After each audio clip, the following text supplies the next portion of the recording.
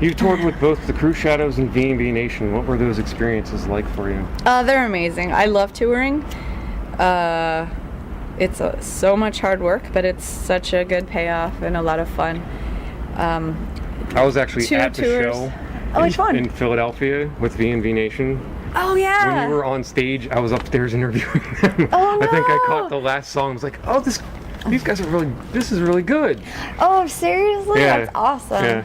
Oh, and Ronan gives such good interviews too. Yes, he gives like 30-minute interviews. Like, I get kind of shy when he could talk for, he's got a lot of interesting things to say. Yeah. So, but oh, that's great. That's really cool. I wanted to make sure you knew that. Yeah, that's awesome. I didn't really get to hear you. I heard like maybe one song. Okay. You could hear it through like the walls. I'm going, okay, what is this girl? Yeah, we had so much fun. Well, with B&B Nation, they really liked us too. Like, we got along really great, and he liked our stuff too, which obviously, like, that's why bands, they don't tour together with other bands. Yeah, they don't like. That's one of my questions for him was, well, how do you pick your opening acts?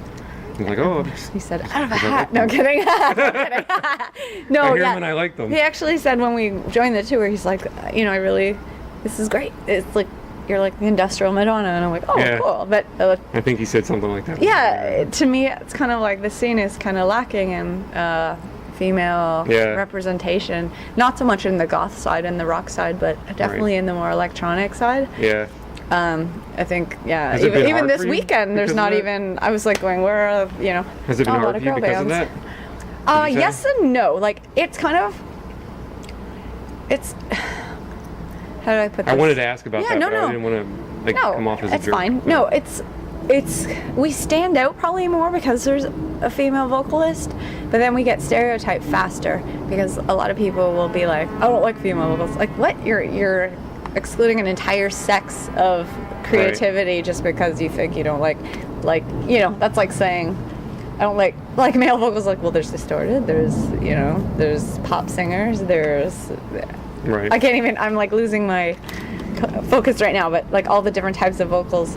But we stand out more because it is me trying to do this and make music because I want to do it.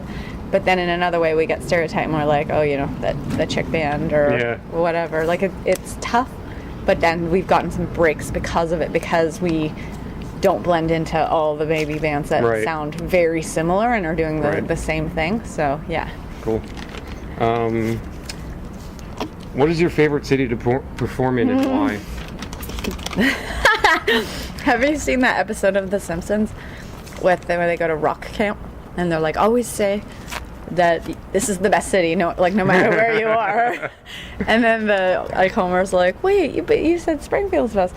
That's because it is the best, right? Yeah. No, it's but honestly, I hate excluding cities by answering this because every city does have their own little character and their own uniqueness when you play there. I really like playing the U.S. The kids are wild, like places like Texas blow me away. California, Seattle, like the West Coast. Well, my next question Philly. Is, are there any funny stories that you can share about your experiences in either making music or your touring experience? So that's kind of ties into it. Funny stories. Well, my drummer tends to get naked a lot, and that always leads to funny stories. I don't think we're going to do that tonight just because security's been pretty tight here this weekend, and we might get thrown out for indecency. So, but I wanted to say another favorite region too is the UK has always been so supportive of our stuff, like one of our bigger markets to play to, and I just love going there. We were just there last weekend. Funny stories. Well, every touring story that we went on that involved touring with V&V Nation was just a blast because we just had so much fun with them. So it's weird because you try to retell. Yeah, you can tell. You try to retell tour stories to people, and they just go, "What?" And I'm like, "Well, it was really funny at the time. Trust me." It just random things come to your mind, and you're like, because you just get delirious, and you become like a close-knit touring family. And the Crew Shadows too. We just had so much fun. Speaking of America, touring in different places, how is touring in America a different experience for you than, say, touring in your home country of Canada or even Europe? Yeah, it's kind of the U.S. is definitely a bigger market. Canada is amazing. Really, that's the first time I heard something like that because it's kind of a niche. Oh, sorry. Well, compared to Canada. right? Like Compared U.S. to Canada or U.S. or is Europe. a lot bigger of a Right. market than Canada. Right. Like the cities are just so spread apart, and Canadians like they're awesome. Like I'm from Canada, but they are a little more reserved, like of an audience.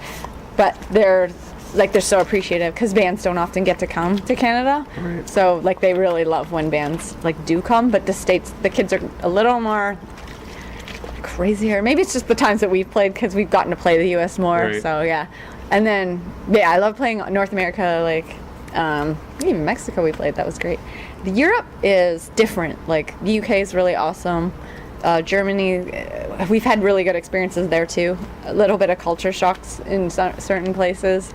Like a shot with water. Okay, as long as it's water. It's a tough question, really, because you think like the audiences all do have something unique when you go to different cities, but when it comes down to it, they're just all there to enjoy the music. So no matter how Right. they enjoy it, no matter if it's 20 people or 200 people or 600 people, you just soak in their energy because they're happy to see a show, and Right. you have to give them everything you got. So. All right. Cliche. Well, I think I'm Sorry. going to end it there because Yeah. I think I've taken up way too much of your Oh time no, as it is. I don't even hear sound check going on, but Yeah, because we're we'll back see. here. We'll But, see. Okay. I hope that's. I got one more question if you're up for it. All right. Where do you see the future of music heading, and where do you see yourself in that future? That's a tough one. I try not to like. It sounds dumb to say you don't want to put your expectations too high. Like you hope that everything's gonna go really well and you get to do this for as long as possible. But then every day, like I am thankful if I get to go out and do these tours and these shows. And I don't know how long it can last because, like I said, it's so tough. Like bands like us, we don't. If we're living off it, it's very tough. You're scraping by.